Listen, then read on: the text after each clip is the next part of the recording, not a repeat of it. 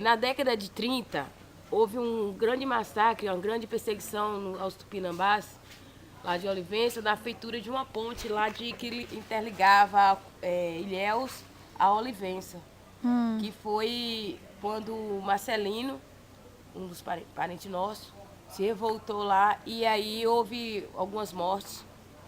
Algum matou um delegado e ele teve que fugir para o Alto da Serra. E aí houve a milícia, veio atacando ele, a família dele, a comunidade inteira.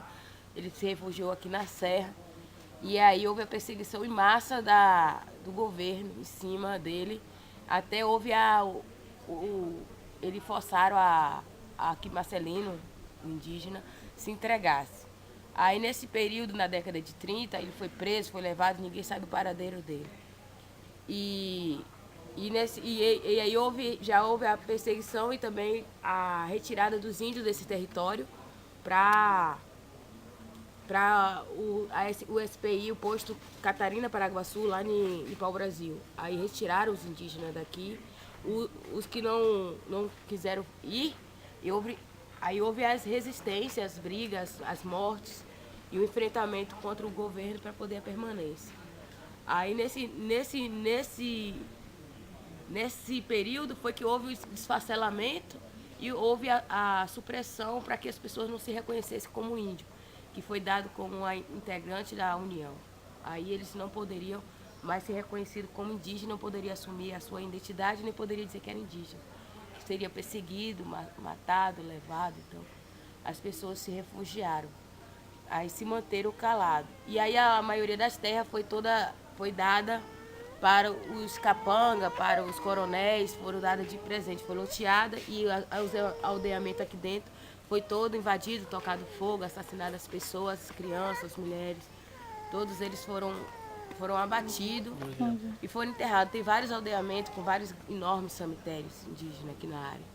Além e o que não subiram aqui porque houve uma grande resistência, uma grande briga, muitas brigas. Encontra-se registros, vários registros dessas brigas aqui na Serra. E aí então eles desistiram. Aí houve uma outra questão política que também teve o período também da ditadura que houve a resistência, os indígenas não poderiam mais se levantar para o reconhecimento, que eles diziam que era uma célula vermelha, que era contra o comunismo, aí houve a perseguição, mataram também muito indígena nesse período. O SPI também foi outra perseguição dos próprios indígenas dentro da própria área. E nesse trânsito daqui para lá, essas perseguições, nesses períodos de grande reformulação da política, né? Aí houve muitos embates, então as pessoas não poderiam se reconhecer, não poderiam se assumir como indígena, não poderiam praticar seus rituais, não poderiam fazer muita coisa que eram muito perseguidos. Então as pessoas eram obrigadas a desistir da sua cultura, dos seus direitos. Aí e também a justiça não era favorável à questão indígena, só era favorável à questão dos fazendeiros, que era feita por eles mesmos. Então você encontra uma carta de Mendes Sá, que era o governador-geral aqui da Bahia, que onde ele mandou exterminar 6 quilômetros de índio assassinado em Olivença e colocaram os corpos um ao lado do outro. Mas tem algum político que fica ao lado de vocês, da comunidade, aqui pela região? Nesse período, não. Nesse período não tinha. Aí na década de 80, aí houve o reconhecimento dos pataxós e aí deu a origem buscando eles de volta para a terra deles lá. E aí vieram aqui perguntando se nós éramos pataxós e nós falávamos que não, que nós éramos tupinambás. E que nesse período meu avô morreu e aí houve o assassinato de vários outros meus tios nessa área aqui. Aí o pessoal começou a partir para cima por causa dessas terras daqui, que a terra era da União, era uma terra devoluta, então eles queriam tomar posse dessa terra. Então aí houve vários assassinatos, várias mortes também, para que a gente não se assumisse. No período meu pai e minha mãe tinham um monte de filhos, somos 10 irmãos, todos eram pequenos, outros estavam ainda na barriga da minha mãe. E aí houve assassinato dos meus tios. Meu avô teve 18 esposas e 32 filhos. Aí nesses 32 filhos, a maioria hoje só restam 4. A maioria foi assassinada. Então, Para resistir aqui foi muita luta. Nesse período, nesse período dessa guerrilha, aí veio a FUNAI trazendo o reconhecimento desse pessoal e a gente teria que se reunir lá ir para a Coroa Vermelha, ir lá para a Boca da Mata, para poder se reunir, para poder ver o levantamento aqui da aldeia Tupinambá. Só que não foi possível nesse período porque a gente estava sendo atacado. Aí nós se manteve ainda intacto, aí com a proteção dos encantados, que naquela época não tinha justiça, não tinha nada. Aqui era um maior desmando, ainda é, né, na verdade, hoje na Bahia a justiça chega muito lenta para favorável a alguém, né? Só é a favor mesmo dos coronéis, dos fazendeiros.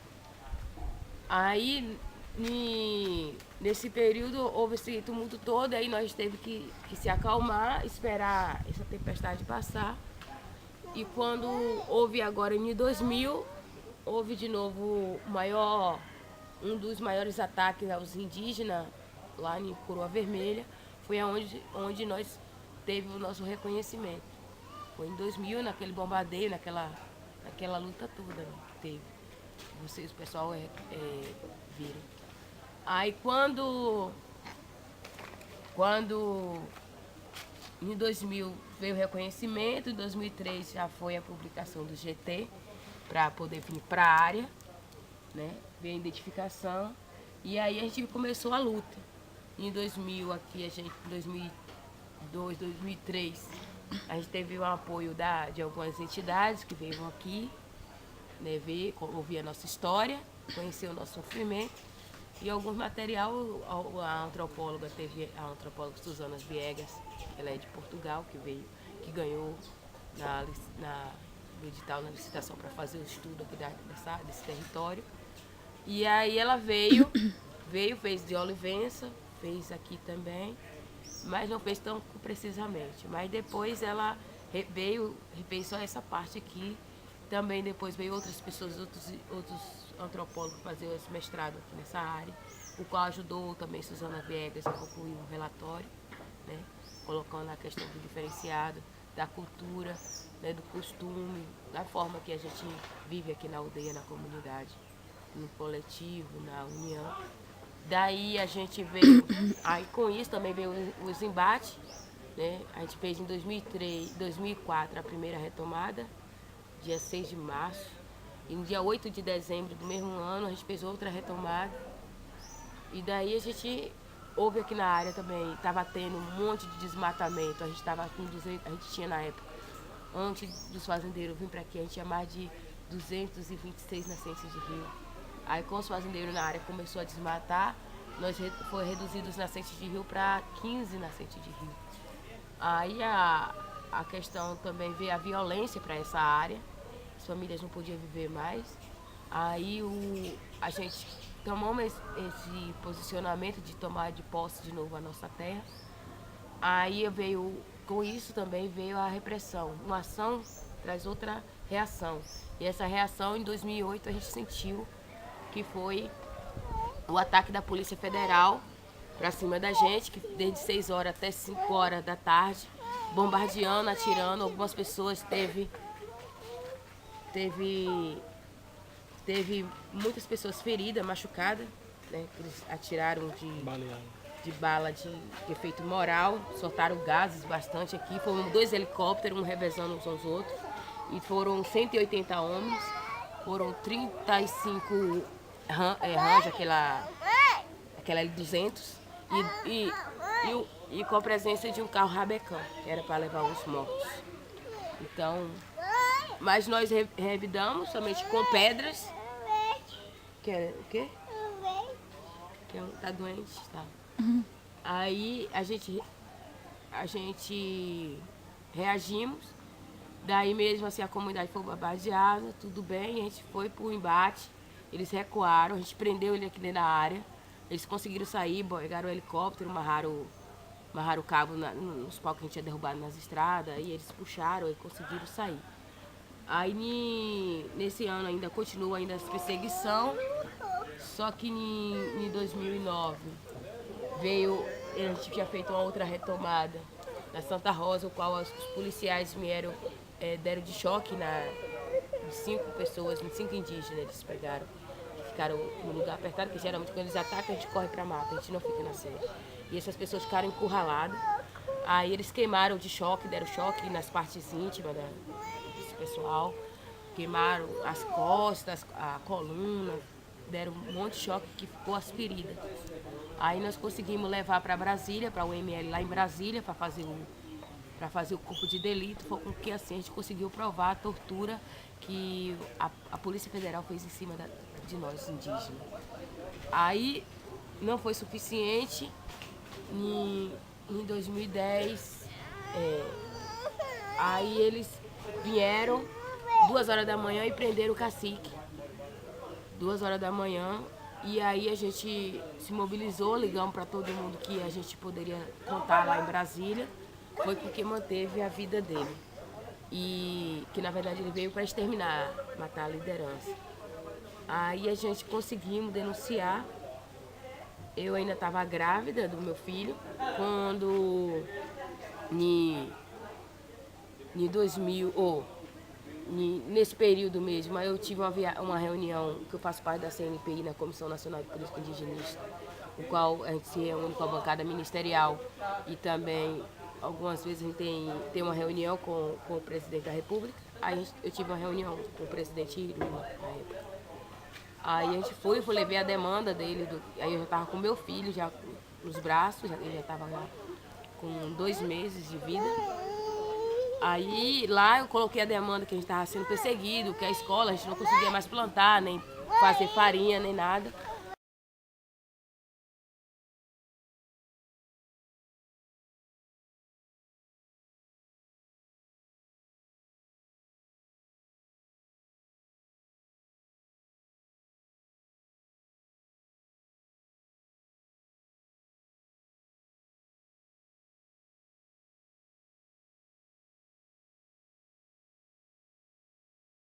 Coloquei toda a demanda para o presidente, coloquei um documento.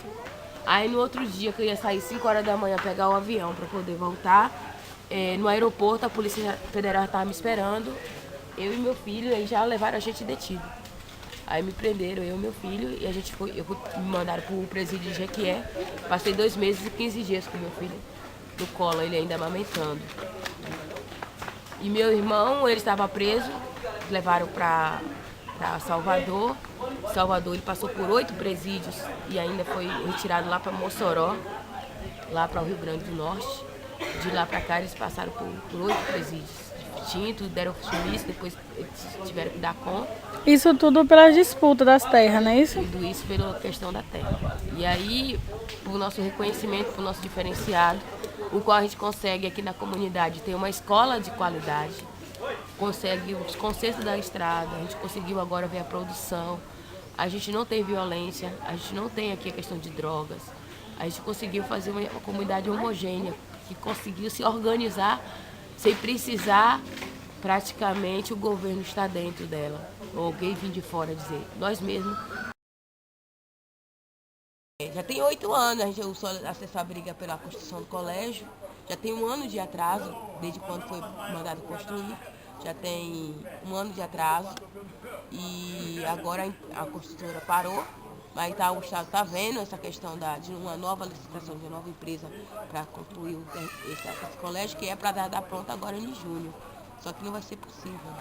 As meninas aqui, as crianças, elas vão para a cidade estudar? Não, a escola é aqui, atende de 1ª a 8ª série e o ensino técnico profissionalizante. Que a gente tem o PROEJA, que é do ensino agricultura, técnico em agricultura, e temos de manhã, a gente tem a agroecologia, que a gente trabalha aqui na comunidade, porque o potencial é da comunidade, então a gente trabalha a realidade da comunidade e o potencial da comunidade, a gente não trabalha a questão como as escolas lá de fora trabalham, que eles trabalham mais a questão do aluno, ele tem que estudar, se capacitar e ser funcionário, operário, ou trabalhar para outra pessoa para ir embora para algum lugar, porque aonde ele vive não é suficiente, não é o bastante para ele se manter. A pessoa tem que estudar, se capacitar para ir embora. É a visão da escola lá fora. E a escola nossa da comunidade, a escola é a comunidade e a comunidade é a escola. Então está tudo integrado. Então a gente não é uma coisa de fora, não é um núcleo de fora, é uma coisa construída pela própria comunidade. Os nossos filhos são os alunos, nossas mães são alunas também, são professora, é quem cuida de um todo, que a escola não é uma escola comum, é uma escola diferenciada. E questão de saúde? A saúde, a gente tem vários anos sem atendimento assim pela saúde do governo, porque a saúde que a gente tem é a saúde tradicional, que é através da cura dos encantados, de um remédio, de uma erva. Essa é a alternativa aqui da comunidade.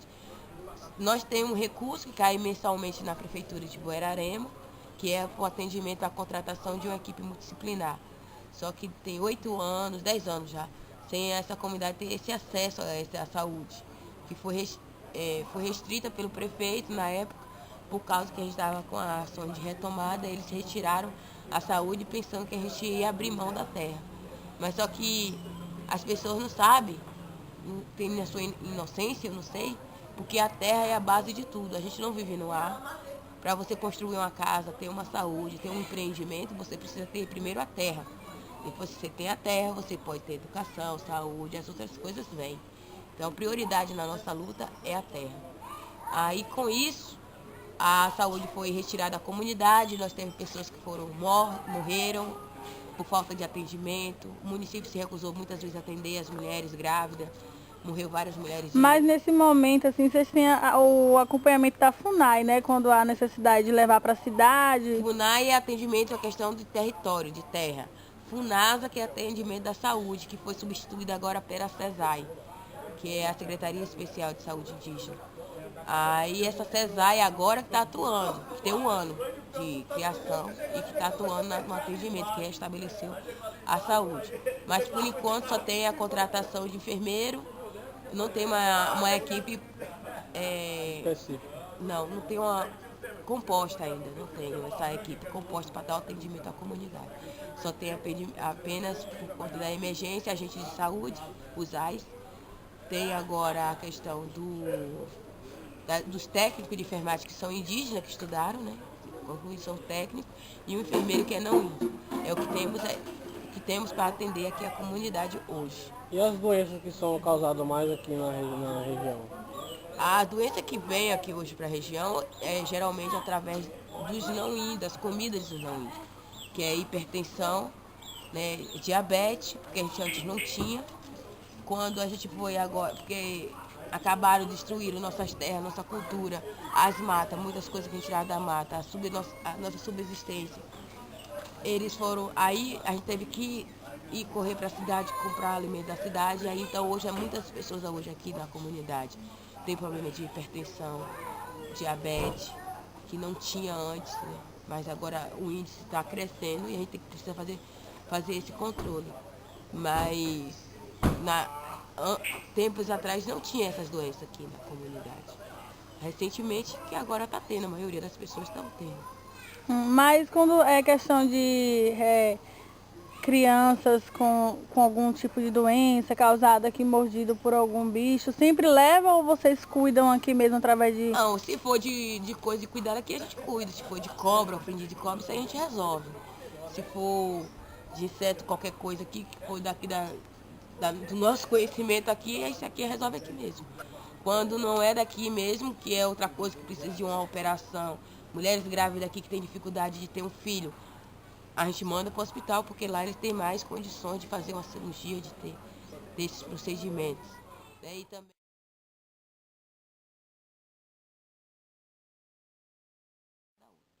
Existe algum preconceito em relação ao pessoal da cidade com vocês indígenas? Olha, é visível, né?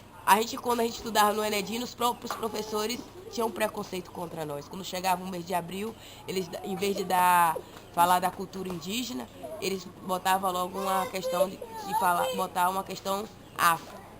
Então, dos negros e tal, mas não botavam a questão indígena.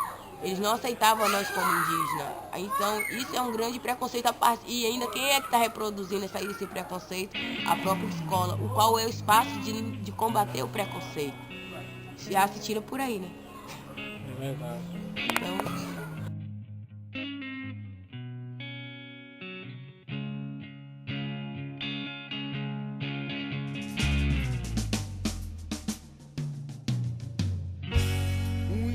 descerá de uma estrela colorida e brilhante,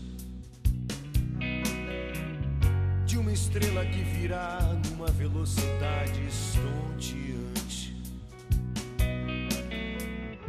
e pousará no coração do hemisfério sul, na América, num claro instante.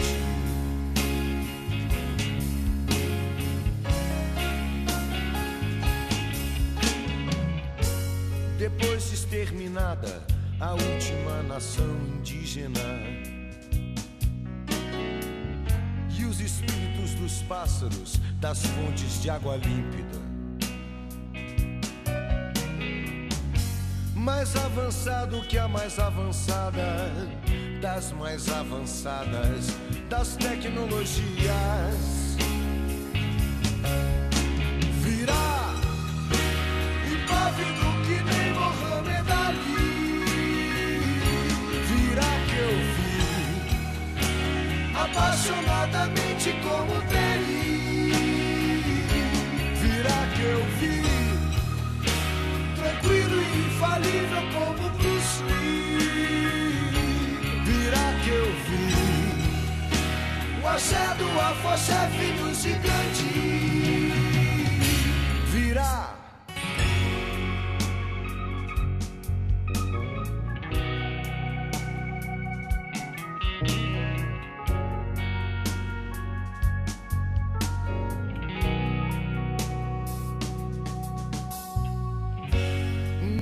Preservado em pleno corpo físico, em todo sólido, todo gás e todo líquido, em átomos, palavras, alma, cor, em gesto, em cheiro, em sombra, em luz, em som, num ponto aqui distante entre o Atlântico e o Pacífico, do objeto sim resplandecente descerá o índio, e as coisas que eu sei que ele dirá fará não sei dizer assim, assim de um modo explícito, virá impávido que nem Mohamed Ali, virá que eu vi apaixonadamente como Terry, virá que eu vi tranquilo e infalível como Bruce Lee, virá que eu vi o axé do afoxefe no gigante, virá. E aquilo que nesse momento se revelará aos povos surpreenderá a todos, não por ser exótico, mas pelo fato de poder ter sempre estado oculto, quando terá sido óbvio. Virá impávido que nem Mohamed Ali,